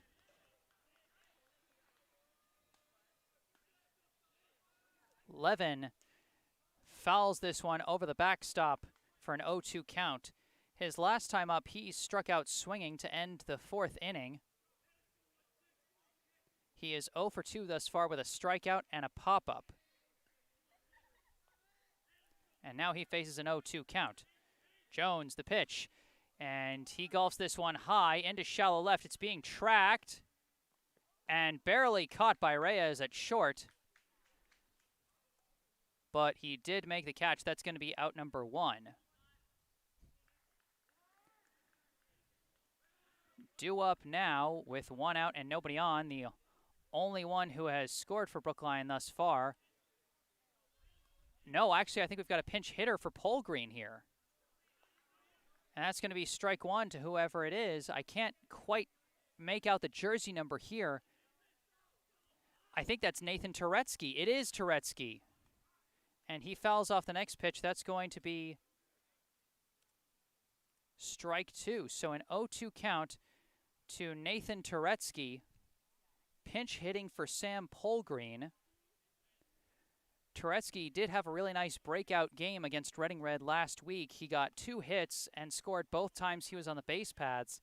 He actually got Brookline's 2 biggest rallies going in that game, as they went on to win 8-1 in that one. The 0-2 pitch here swung on and missed, and that's strike 3.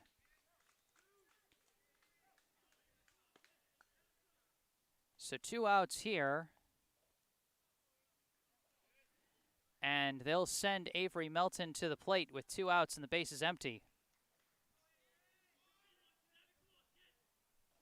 Pitch. That one misses high, ball 1.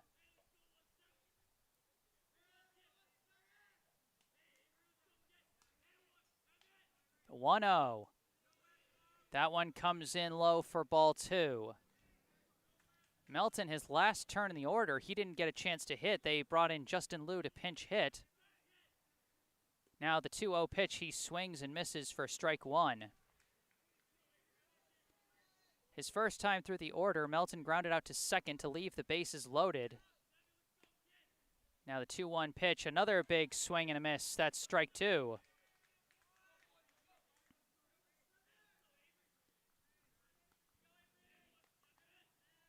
Two, and he gets him swinging.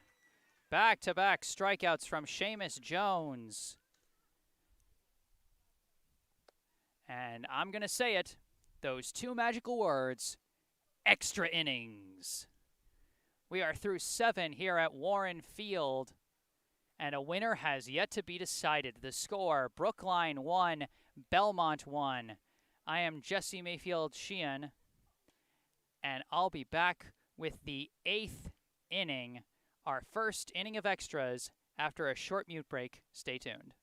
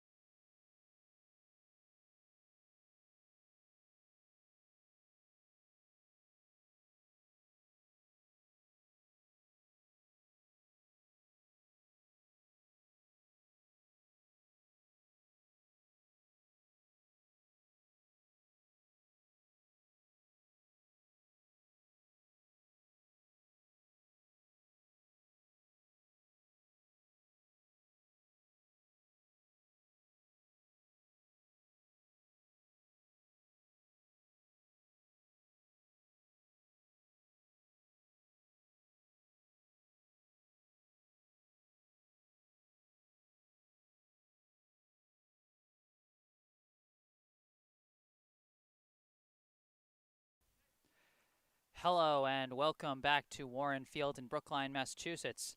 I am Jesse Mayfield-Sheehan here bringing you the top of the 8th inning of this Lou Tompkins All-Star League A-Division Tournament of Champions contest.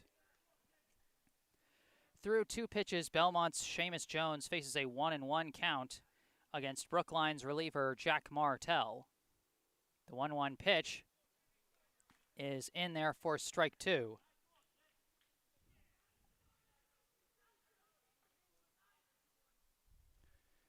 The 1-2 and swing. Okay, we're reconnected. All you missed was a strike, folks. It's an 0-1 count to Halloran as he sends this one foul to the backstop for strike 2.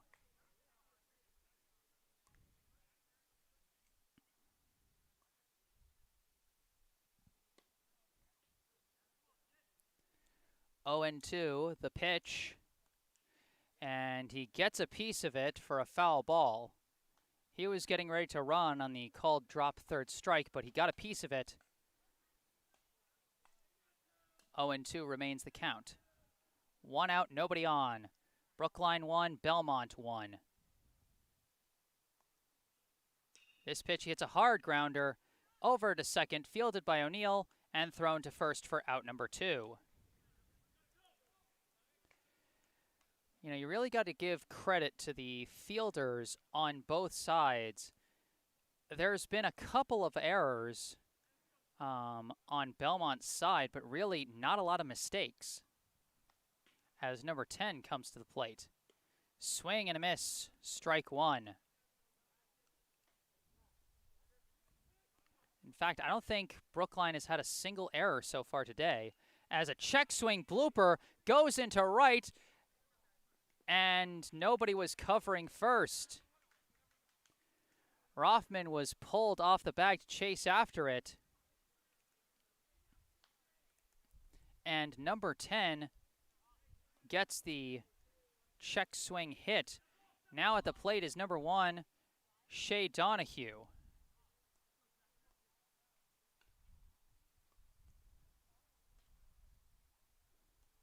So I guess they moved his spot in the order, or is he hitting for noon? I'm a little lost around this part of the batting order for Belmont, but that's okay. All I know is number 10 is on first as Martel throws back to the bag. There are 2 outs here in the inning. And number 1, Shea Donahue, is at the plate. My guess is the mix-up in the order is because they're warming someone up in the bullpen, as that pitch to Donahue is good for strike 1.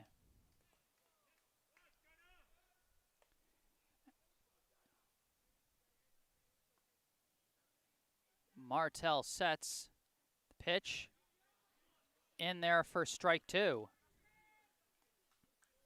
0-2 the count. Martel checks on number 10 at first. The 0-2, runner takes off, swings and misses, strike 3.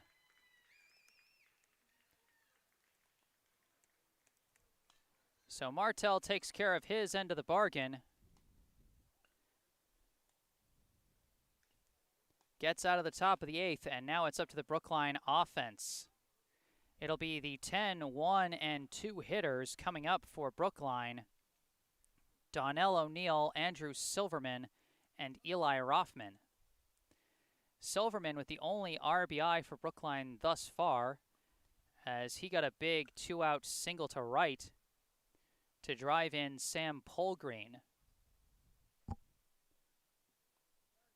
It's a 1-1 ball game, and we're here in the first extra inning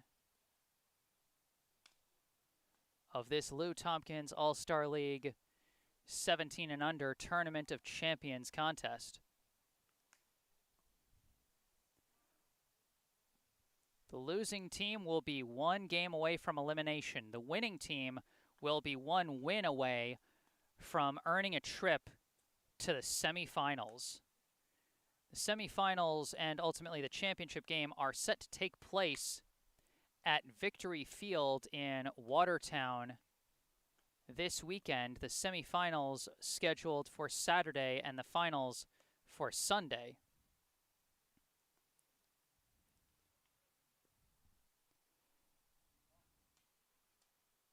It's double elimination, so every team is going to play at least 2 games, possibly 3 if they split the first 2.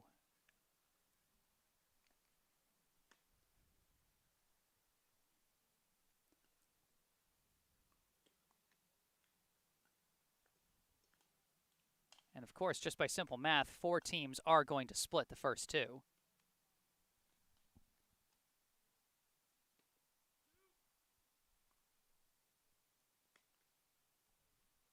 We've got a new pitcher now here in the bottom of the 8th for Belmont. This is the starting catcher, number 4, Caden Phimister.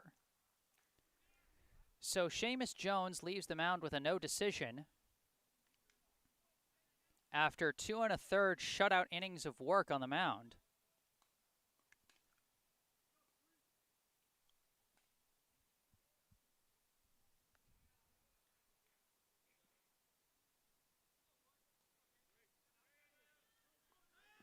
Leading off for Brookline will be the second baseman, number 3, Donnell O'Neill. First pitch, he shows bunt, lays down the bunt. He's going to take off for first, fielded by Phimister, thrown to first, not in time!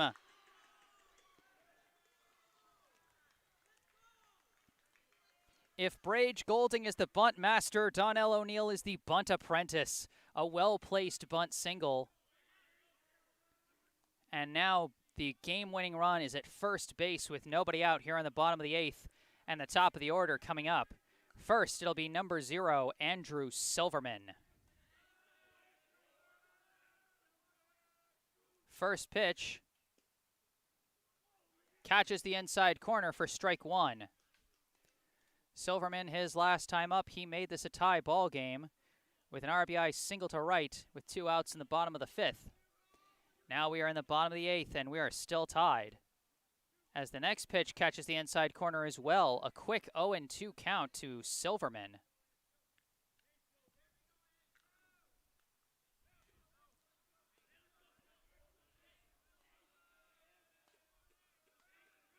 Phimister steps off the rubber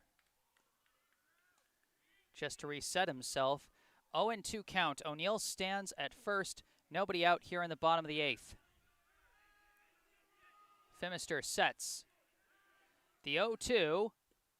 That one misses outside. That's going to be ball 1. A throw down to first, but O'Neill got back pretty easily. I'm not sure who's catching for Belmont since Phimister was the starting catcher and now he's on the mound. Could be interesting to see if that leaves Belmont more vulnerable to stolen bases. The 1-2 is going to skip in the dirt, blocked by the catcher. O'Neill decided against running, and the catcher tried to make a throw down to first, but nothing doing there. I still can't quite read the jersey number through the catcher's gear, but at present the count to Silverman is 2-2. The pitch, O'Neill takes off, big swing and a miss, strike 3, throw down to second, and O'Neill is safe. Silverman goes down swinging for the first out, but the game-winning run is now at second. Coming to the plate, the original starting pitcher, now the first baseman, number 10, Eli Rothman. First pitch is high for ball 1.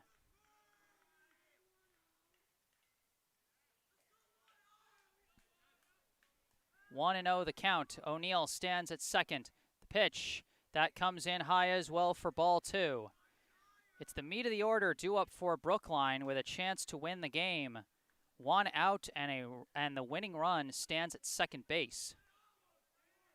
The 2-0. That skips in off the ump. A favorable bounce off the ump, but O'Neill still runs down to third and is safe.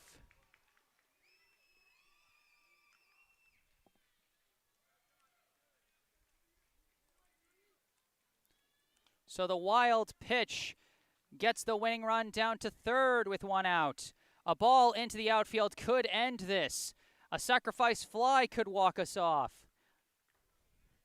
If there's a ground ball, they have to throw home. Unless I've missed my count, it should be 3-0 to Rothman. The pitch, that comes in high and inside, and that's going to be ball 4. Runners now at the corners. And up comes the man who preserved this tie with a great cannon shot to home, number 12, Daniel Villa. We got a meeting of the entire infield at the mound now, as Caden Phimister has been having a tough time with this relief outing so far.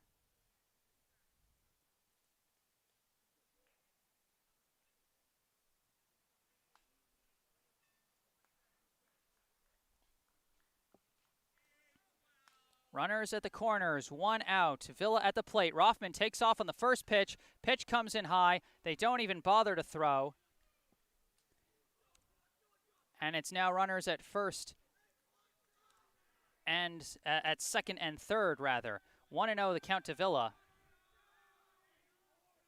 The pitch. He's got contact. This one's going deep. This game is over. Is it gone? Off the wall. This game is done. Daniel Villa ends it in style with a blast off the left field wall. Donnell O'Neill scores the game winner and Brookline wins. 2-1 your final score. If that ball went over the wall, I would have lost my mind. If he ended that with a 3-run homer, all he needed was a sac fly. All he needed was a well-placed grounder. And instead, he sends it all the way to the wall. Go off, Mr. Villa. My goodness. Brookline wins it in walk-off fashion in 8 innings. Your final score, Brookline 2, Belmont 1. Belmont will now go to the loser's bracket. They will face the loser of, if I'm not mistaken, the 3 versus 6 game of that one. I'll look that up real quick so everybody can know what games are coming up. If I'm not mistaken, the 3-6 game is Waltham against Reading Red. So Belmont will face the loser of that game. Brookline will face the winner. And as Brookline is the higher seed, they will be back here at Warren Field tomorrow for another playoff game at 5:30. What a way to end it. All right, I am Jesse Mayfield-Sheehan here at Warren Field in Brookline, Massachusetts. Before I give this game a quick recap, just a reminder, like the video, subscribe to the channel, follow me on social media, links to my Facebook and Instagram in the description. Feel free to reach out to me through email, jgms88@gmail.com, to reach out for coverage of a game or any special videos you might want me to make. And other than that, let's give this game a quick recap. It's been a pitcher's duel through and through. Belmont, the lower seed, the lowly 7th seed, has stood up to the 2nd-seeded Brookline, and they got on the board first. Henry Malanson led off the 2nd inning with a big double to left center. Then, after advancing to 3rd on a flyout, he was brought in on a 2-out single to right by Clark Kenzinger to make it 1-0. The score stayed that way throughout. The Belmont defense clamped down and forced Brookline to strand several runners. But then finally, Brookline got a break in the bottom of the 5th. Sam Polgreen reached on what I would almost call a forced error by the 3rd baseman, and he got to advance to 2nd thanks to the throwing error. He advanced to 3rd on a flyout to right field, thanks in part to a high throw to 3rd that he was able to slide under, as he almost got gunned down as he hesitated on his way to 3rd, but he got to 3rd, and then he got to score on a 2-out single to right by Andrew Silverman, tying the game at 1, and that score remained the same despite some big threats, particularly from Belmont in the top of the 6th inning. With 2 outs and nobody on, Caden Phimister hit a double to right center and then almost came in to score on a single through the left gap by Henry Malanson. But Daniel Villa came up with a big throw home to gun. And now that I'm back, so wrapping things up here before I disconnect again, your final score after 8 innings, Brookline 2, Belmont 1. I am Jesse Mayfield-Sheehan. Thank you so much for watching. I hope you enjoyed, and to the Brookline faithful, I hope you'll be back with me tomorrow. In the meantime, have a great rest of your night, everybody.